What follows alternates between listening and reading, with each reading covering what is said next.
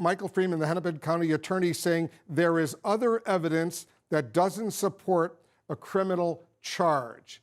I assume that was referring to the Minneapolis Police Department guideline for when a police officer could actually use a neck restraint or a chokehold in the course of an operation to subdue a suspect. Well, that's one assumption. However, I'm left with a lot of questions still, Wolf, as to what precisely he was indicating. Remember, we're talking about the fact pattern here of a man who's on his stomach, handcuffed behind his back, breathing and gasping for air and being asked to be able to breathe longer. And so I'm not sure what he's referring to, but if he's talking about the police department's policy, one thing to point out is that there is an existing policy there where it says if there is an officer on scene who witnesses another officer using excessive force or force that no longer needs to be used to actually restrain the person or their movement, then they have a duty to intervene. And what we're seeing here, which is quite compelling, is the idea that even if there was some moment in time during the course of the interaction of Mr. Floyd and the officers where he would have been needed to be restrained, well, that time had lapsed and the continued event was actually really telling to me. Also, the U.S. attorney made a comment, and the Hennepin County prosecutor kept referencing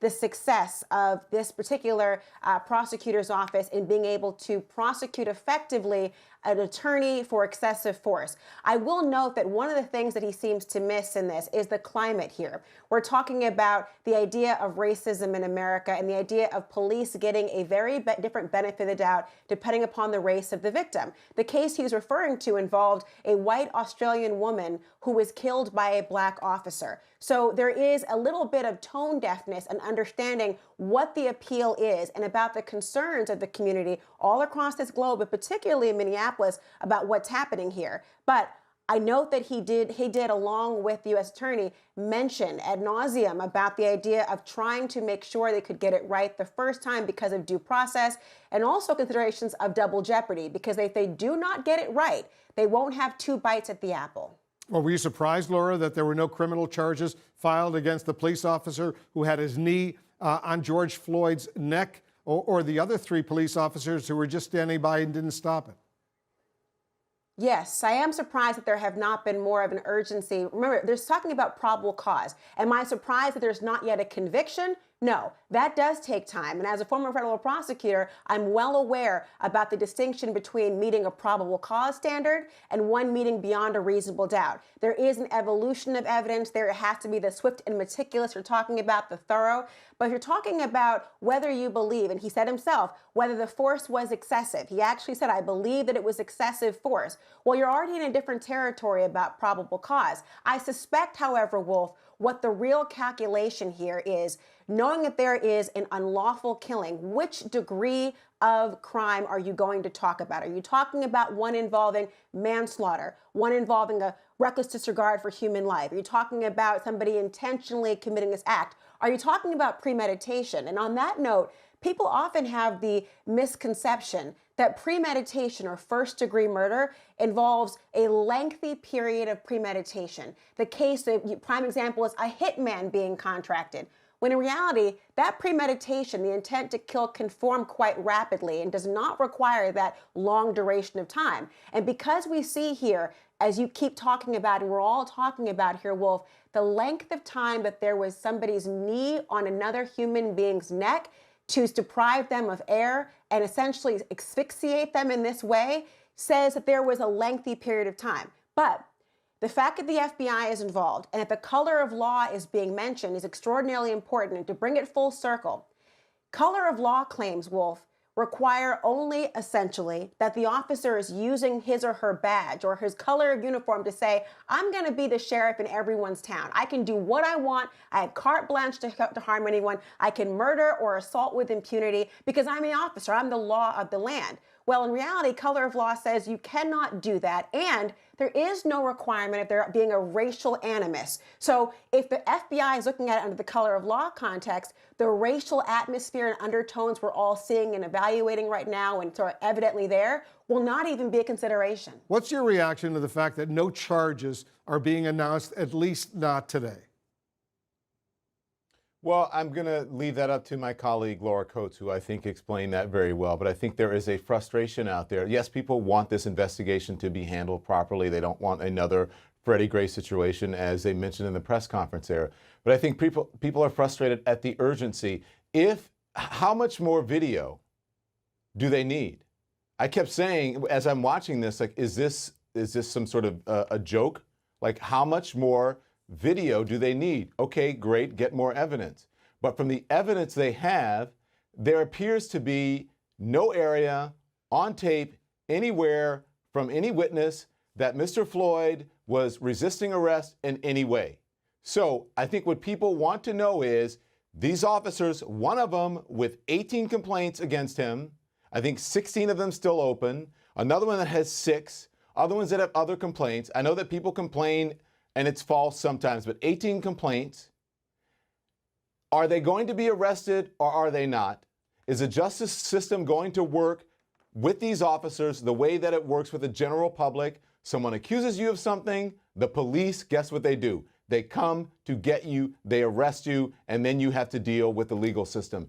Are we going to have the same legal system for police officers that we have for the average adult? Now, for the Attorney General, I know she has a tough job, but guess what? And as long as we're being honest with it right now, nobody wants to hear from the White House or the Attorney General right now. No one wants to hear from the man who wanted the death penalty to come back from the Central Park Five. No one wants to hear from the man who says that the former president was not born in this country. No one wants to hear from the man who says there are very fine people on both sides. Do you understand what I'm saying? No one wants to hear from the person that they perceive as contributing to this situation, situations like this in the society. Not directly, but allowing people like that to think that they can get away from this. No one wants to hear from the birther-in-chief, from the sons of bitches calling person who says that athletes who are kneeling for this very reason. No one wants to hear from that. The justice system should work for everyone. The President of the United States, the Attorney General of the United States should have the same system in place for everyone. That should be a given. You should not have to announce that at a press conference. And no one wants to hear that. Unless you're going to come out and say, I understand how African Americans feel in this country. I understand the mistakes that I have made with African Americans in this country. I understand that there is an election coming, but I don't just want your vote. I want you to understand that I know where you're coming from. We don't want to hear that. And that is the God's honest truth. So that was a misstep on her part. To come out and say, I want this to be investigated to the fullest extent of the law. We don't want to make any mistakes. Amen, sister. Amen, brother. But we don't want to hear all of that. Why don't you have the same urgency that you have for all of these people who are out there, most of them protesting, but there are some who are out there who are actually ravaging and pillaging, or at least burning down stores. I don't know if it's by accident or what, or who are going in and raiding stores or what have you. Okay, fine, that should not happen. But what about the urgency for telling those people to calm down and we need peace? That same urgency when it comes to people who are being abused by the system, who are being abused by police officers, who are experiencing racism in this country and people are denying it. Where is that urgency? So I understand the anger of the people who are protesting, who are upset in Minneapolis, Minnesota.